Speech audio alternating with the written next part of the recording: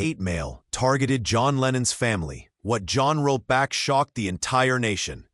The year was 1971, not in the sun-drenched fields of Tittenhurst, but in the gray, rain-slick streets of London. A different kind of storm was brewing around John Lennon.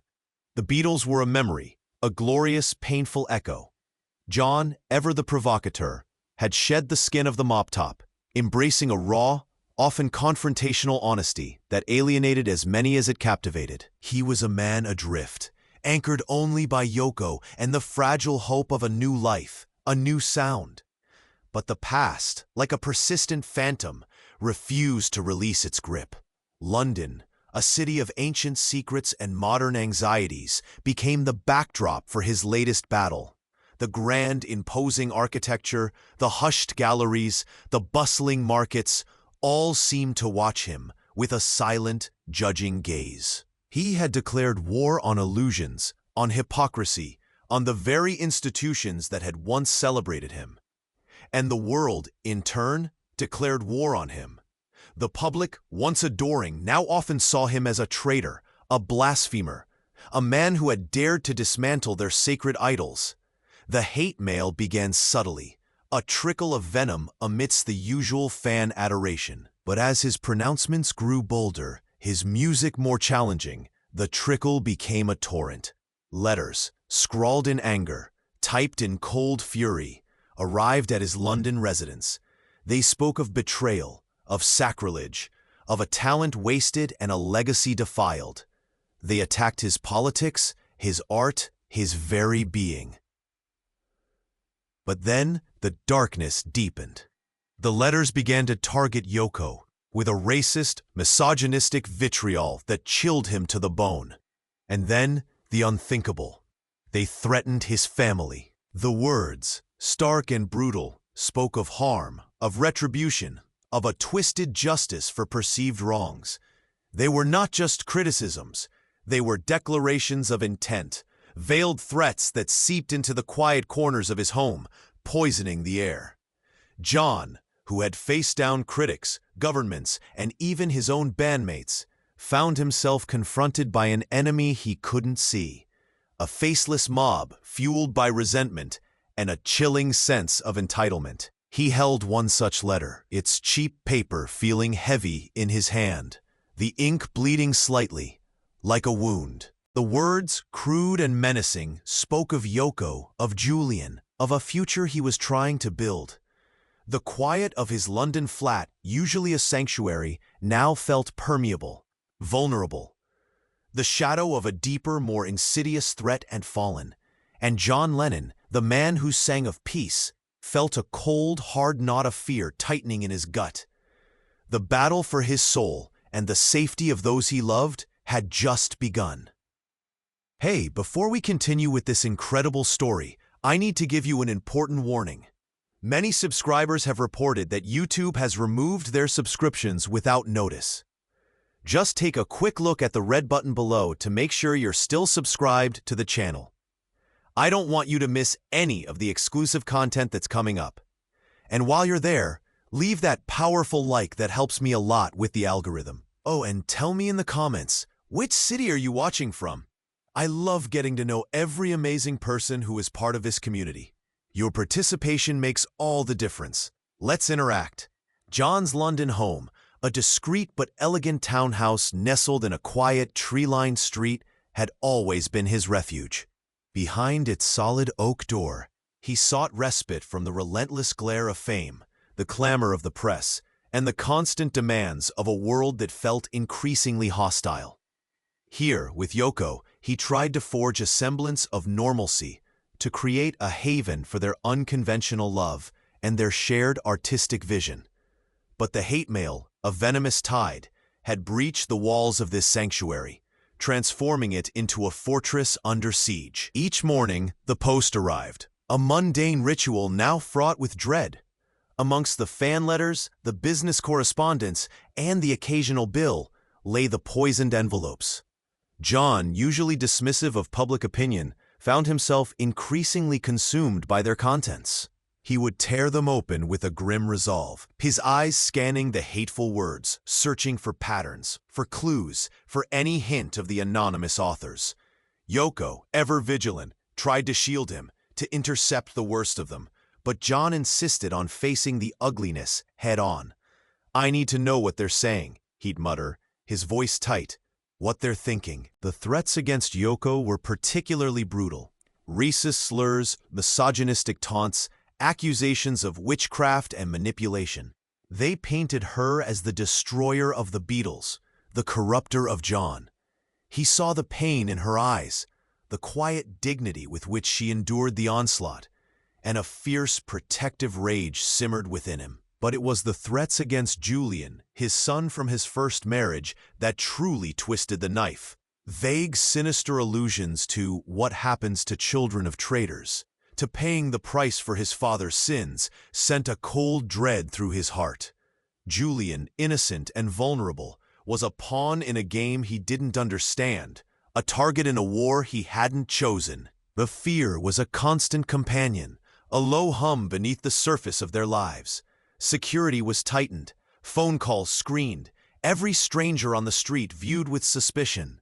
John, the man who preached, "Give peace a chance," found himself living in a state of perpetual alert, his mind racing with worst-case scenarios. He would pace the elegant rooms of his home, a cigarette burning between his fingers, the smoke curling around him like a shroud. He'd stare out the window at the quiet London street, imagining eyes watching, shadows lurking. The creative flow, once a torrent, now felt dammed, choked by anxiety. How could he write songs of peace and love when his own family was under attack? How could he imagine a better world when the darkness of this one pressed in so close? The hate mail wasn't just words on paper. It was a psychological weapon designed to isolate, to intimidate, to break him. And for a time, it seemed to be working. The fortress of his home and his spirit felt increasingly fragile. The relentless barrage of hate mail began to take its toll. John, usually quick-witted and defiant, grew withdrawn, his famous sardonic humor replaced by a brooding silence. The joy of creation, once his lifeblood, felt tainted. He would sit at his piano, fingers hovering over the keys, but the melodies wouldn't come. Instead, his mind replayed the venomous phrases, the chilling threats, the accusations that painted him as a villain. Yoko watched him, her own pain masked by a quiet strength, trying to offer solace, to remind him of their shared purpose. But the unseen hand of the anonymous writers seemed to reach into his very soul, twisting his perception of the world. He started seeing enemies everywhere. A lingering gaze from a passerby on the street, a hushed conversation in a pub, a headline in a tabloid, all seemed to confirm the pervasive hatred. Paranoia, a dark fog, began to creep into his thoughts. He questioned everyone, even those closest to him. Was there a mole in his inner circle? Was someone orchestrating this campaign of terror? The very fabric of trust, essential for any artist, began to fray. He felt isolated, misunderstood, a prophet without honor in his own land. One evening, a particularly disturbing letter arrived. It wasn't just a threat. It contained intimate details about their daily routine, a description of Yoko's favorite cafe, Julian's school route. It was clear this wasn't just random vitriol. Someone was watching them. A cold, hard knot of fear tightened in John's stomach. This was no longer abstract hate. It was a tangible, immediate danger. The anonymity of the letters had given the writers a terrifying power, allowing them to inflict psychological torment without consequence. But this new detail, this chilling proximity, transformed the game. John stared at the letter, his hands trembling, the words blurred, but the implication was stark. They were vulnerable. His security, once a comfort, now felt inadequate. He imagined shadows lurking, eyes watching from every corner. The weight of responsibility for Yoko and Julian pressed down on him, a crushing burden. He had always been a fighter, but this enemy was intangible, hydra-headed, striking from the darkness. He knew he couldn't ignore it any longer. He couldn't simply absorb the blows. He had to respond. But how? How do you fight a shadow? How do you silence a chorus of hate? The answer, he realized, wouldn't come from violence or anger, but from a place far deeper, far more unexpected. A secret was about to be revealed, not about his tormentors, but about the true strength of John Lennon. The decision, when it came, was not born of anger, but of a cold, calculated resolve. John Lennon, the man who had once sung "All You Need Is Love," now understood that some battles required a different kind of weapon. He would not cower. He would not retreat. He would not let the venomous words of anonymous cowards define his reality or terrorize his family. He would fight back, not with fists or fury, but with the very instrument that had always been his most potent weapon, his pen. He spent days in a furious, almost manic creative burst. The hate mail, once a source of paralysis, became his perverse muse. He reread the most vicious letters, letting their bile fuel his indignation, transforming his fear into a burning clarity. He saw the hypocrisy, the ignorance, the sheer small-mindedness behind the grand pronouncements of hate. He saw the desperation of those who sought to tear down what they could not understand, what they could not create. And in that clarity, a new purpose emerged. He began to write, not a song, not a poem, but an open letter, a direct, unvarnished response to his tormentors and to the nation that seemed to watch his struggles with a mixture of fascination and disdain. He wrote late into the night, the London darkness pressing against his windows, the only sound the scratch of his pen on paper, the occasional clink of a teacup. Yoko, sensing the shift in his energy, the return of his defiant spark, left him to his work, a silent guardian of his creative storm. The letter was a masterpiece of controlled fury, a surgical strike against the very foundations of their hatred. He addressed the accusations head-on, dismantling them with logic and a brutal honesty. He spoke of the hypocrisy of those who preached morality while spewing venom.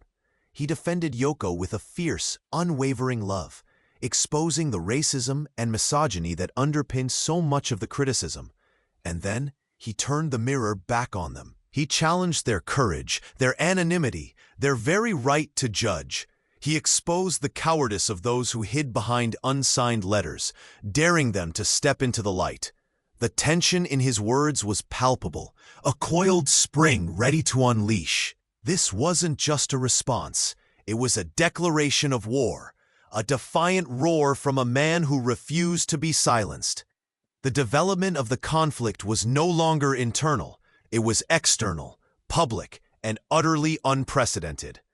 The nation, accustomed to John's pronouncements, was about to witness a different kind of battle, fought on the pages of a newspaper, with words as sharp as any blade. The letter, stark and uncompromising, was published in a prominent national newspaper. Its appearance sent shockwaves through the United Kingdom. It wasn't just another celebrity statement. It was a raw, unfiltered outpouring from a man who had been pushed to his absolute limit. The nation, accustomed to John Lennon's enigmatic pronouncements, was now confronted with his pain, his anger, and his unwavering resolve. The silence that had once shrouded the hate mail was shattered, replaced by a deafening roar of public discourse. John's words cut deep. He exposed the insidious nature of the anonymous threats, the cowardice of those who attacked his family from the shadows. He laid bare the racism and misogyny directed at Yoko, forcing a mirror up to a society that often preferred to ignore its own prejudices.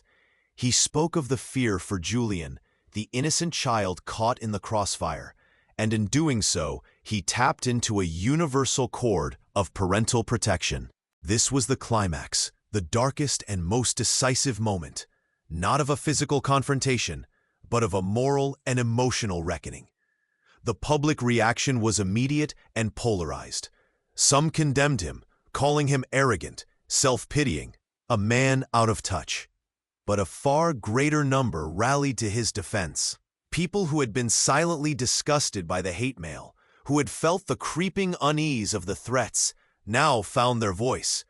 Letters poured into the newspaper, not of hate, but of support, of solidarity, of shared outrage. The anonymity of the hate mail was countered by a surge of public empathy, a collective understanding of the line that had been crossed. The true genius of John's response lay in its vulnerability. By revealing his fear, his hurt, his very human struggle, he disarmed his attackers. He transformed himself from an untouchable icon into a relatable figure, a father, a husband, a man fighting for his family.